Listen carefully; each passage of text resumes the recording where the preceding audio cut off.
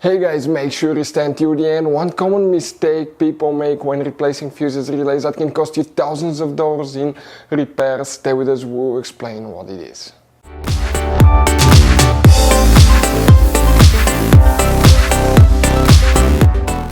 Hey guys, welcome back to Auto Repair guys. Thank you guys for watching and subscribing to the channel. Today will be super helpful video to any of you guys having a Mercedes E Class generation W212.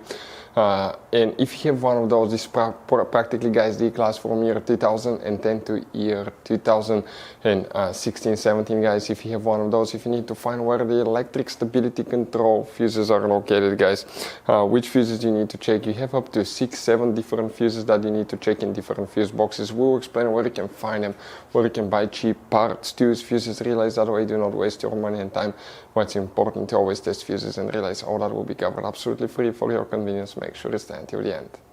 So before we start, let us tell you a little bit about us guys. Now, if you have a Mercedes E-Class, that generation from year 2010 to year 2016, 17 guys, this is the W212 guys. We're going to have a video for every single fuse relay on that car, why things do not work, why we're making this one, because we're trying to save you time and money guys. Let's say you're down the road in the middle of nowhere, your car does not start, you need to find where your engine starter fuse relay is located guys, where you can find fuel injection system fuses, fuel pump fuses. All you have to do, come to the channel, watch that video, 1-2 minutes, you're back on the road guys. In addition, we'll share where you can buy cheap parts and tools, that way you do not waste your money and time. Every single car we get here at the garage, we try to make guys at least 200 to 300 free repair videos.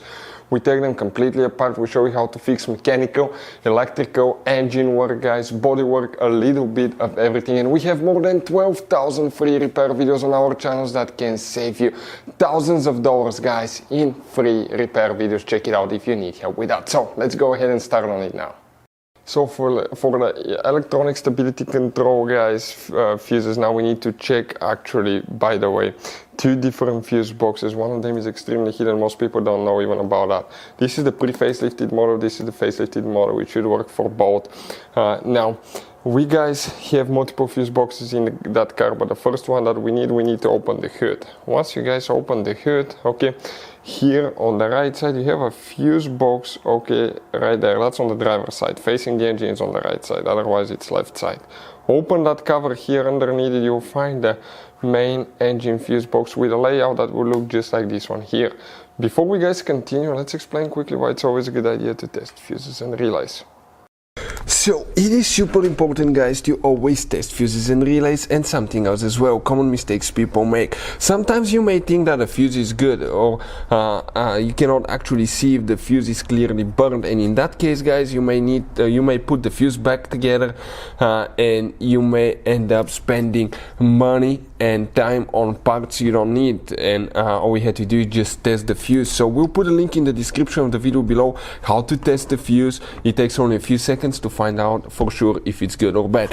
The same thing for relays guys, okay, some of those could be really expensive on cars, so we'll put a link in the description of the video below how you can test relays. And for some certain fuses guys, it's important to disconnect the car battery when removing them, otherwise you can burn the electronics. And for instance, working on airbags, fuses or anything like that, you need to wait at least 1 hour after disconnecting the car battery, and if you're not qualified and certified to work on airbag system, I will never recommend to do that guys.